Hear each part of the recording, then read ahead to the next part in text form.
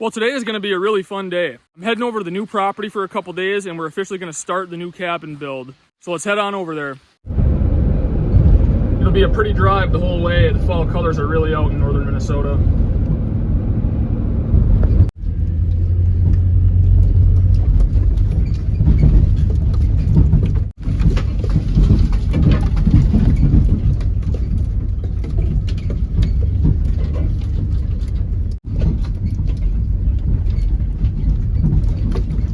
Well, all right, we made it. So this will be episode 1 of the very simple off-grid cabin build series. I'll show this build in its entirety.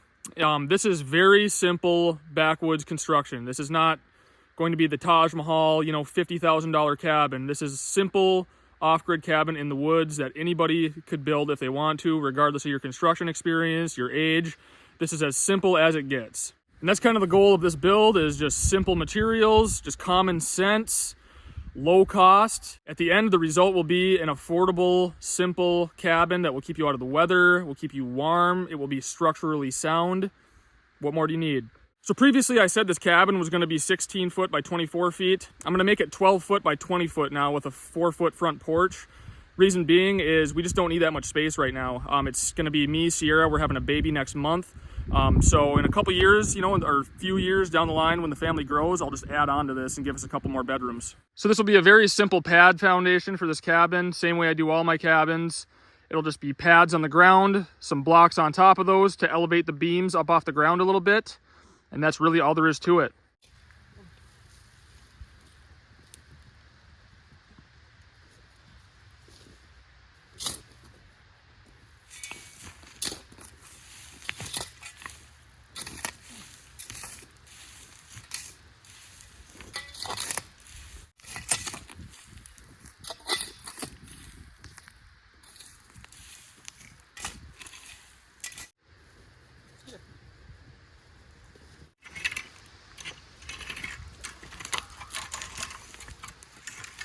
So last time I was here, I cut 3 beams for this cabin. I only need 2 now. That's going to be 12 foot wide.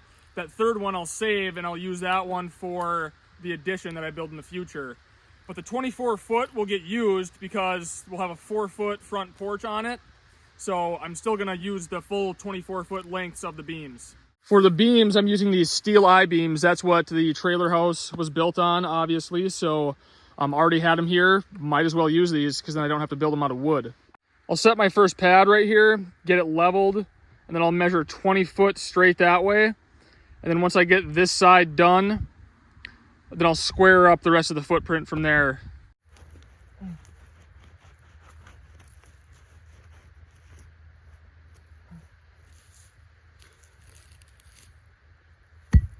So I have my first pad or block set here. I'm level both ways, so I'm level this way and that way. I always like to use a bigger pad, like a 16 by 16 or a 24 by 24, because the wider pad that you have, it's harder for it to settle down into the ground, because you have more surface area. It's like snowshoes on top of snow. So here's where we're at right now. You can see my 4 corners. So I'm going to check this thing for square. So I'm going to take a diagonal measurement from this pad to this pad. Same thing with these 2 pads. So if my diagonal measurements are the same, that means I'm square.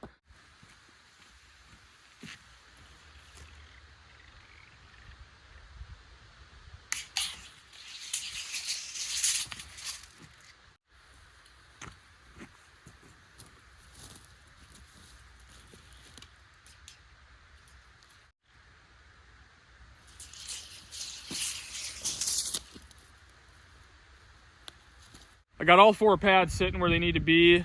I just checked for square, so we're all good there.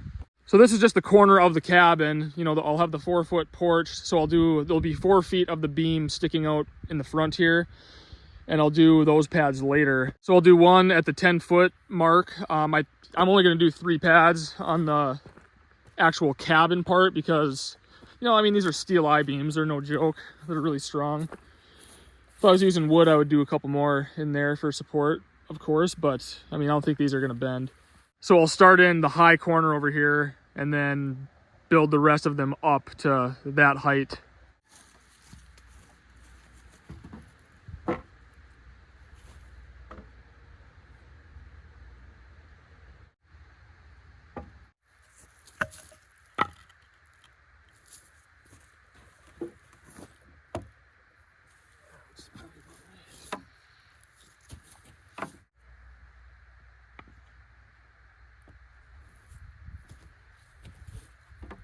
These two are level with each other now, so I'll do my next one, make sure it's level with this one, and we'll just keep going around until we get back to this one, and they all should be level with each other.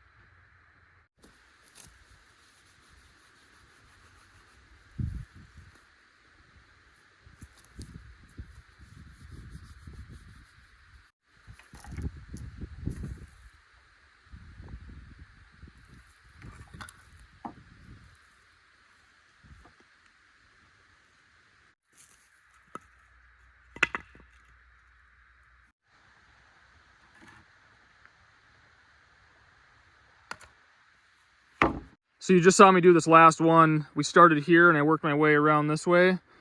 So just got that one done. Should be level with this one, and that one.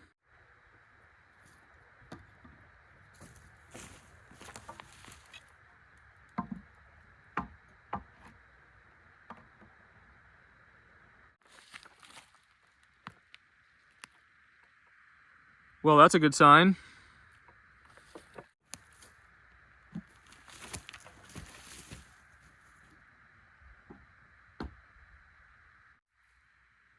Well, that's what you want to see. So we're dead on all the way around. I'm going to go ahead and grab my 2 steel I-beams and get them set on the blocks. And that's all there is to it.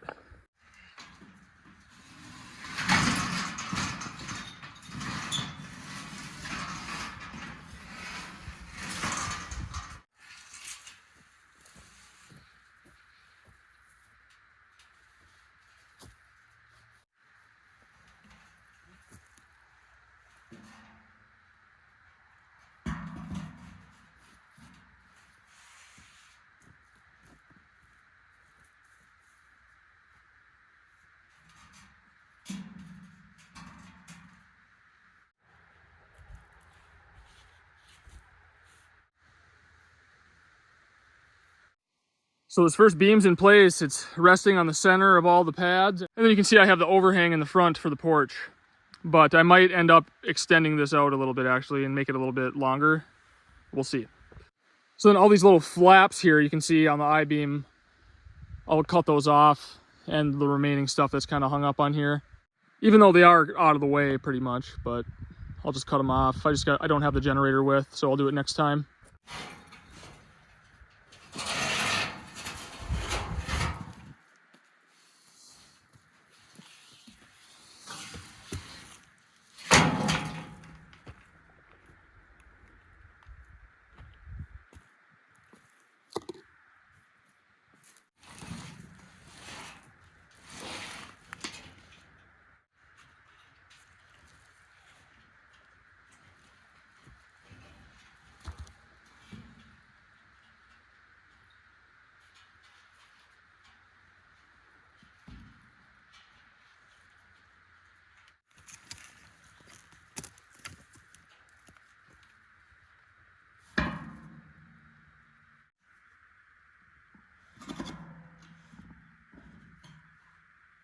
Well, there it is. That's step one.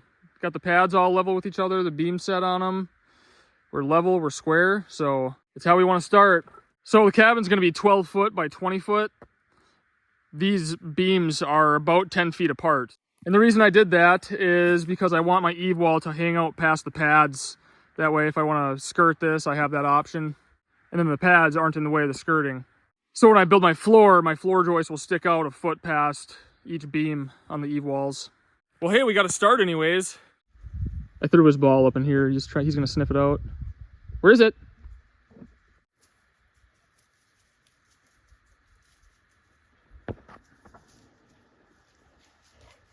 Oh, I found it.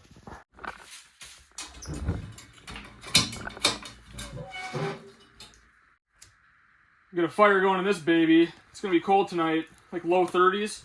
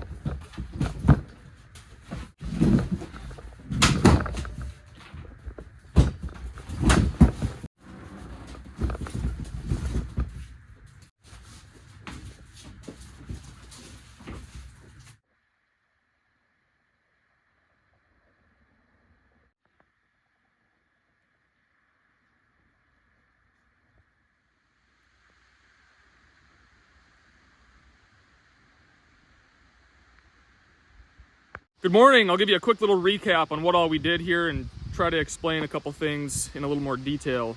So again, this is simple construction. This is as easy as it gets. This is totally fine for a simple little cabin. Built quite a few cabins this way, seen a lot built this way. The only thing is, down the line, doing it this way, you know, you may have to adjust the cabin at some point as it settles, as you have like frost heaving. But because you're up off the ground a little bit like this, it's very easy to level out the cabin. You just shove a bottle jack underneath, lift it up, throw in some wood shims, kind of re-level your pad if you need to do that, and that's it. It's a really easy job that anybody can do. So in the next episode, when we build our floor on top of this is exactly a 12-foot board. So this is what our floor joist will look like as we go. And you can see what I was talking about earlier, how this extends past the beam a little bit. So the floor will actually end up being about right here. So these pads are underneath it, which allows me to skirt around the perimeter of the cabin if I want to. Plus, it just kind of hides the pads and makes it look cleaner. So this is what the floor joist will look like as I go. Of course, there'll be a bunch of them, but this will be the height of my floor. And you can see I have plenty of room to get underneath the cabin if I need to. If I ever want to install plumbing, if I ever need to, you know, run a wire or something, or, you know, you can store things underneath here. You have some storage. So kind of nice being up off the ground like this. So also, this is not strapped down to the ground at all. I will probably do that. They make anchors for modular homes or mobile homes that go around your beam and then tie down into the earth. So that's a way you can strap this down if you live in a high wind area. If you live somewhere that gets high winds, I would definitely get those anchors. They're really easy to install. There's plenty of videos online that you can find, and then your building will be tied down securely. So that's pretty much it for step one of this build. You know, just simple pads. We have our beam set. The only difference if you build this is that you'll have wood beams instead of steel beams. Like I said, I'm just using these because they're on site and I have them. If you were using wood beams, I would throw more pads along here. I would add 2 more, so you'd have 5 total pads for this. And if you were building this out of wood beams, I mean, you could just build them 20 foot long and stop them, you know, on this pad.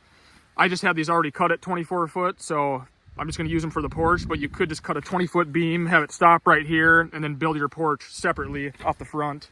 So that's it, piece of cake. Next video, we'll be running our floor joists, we'll insulate the floor, and we'll put our floor sheeting on. And our floor will be done, and we'll be ready to start walls.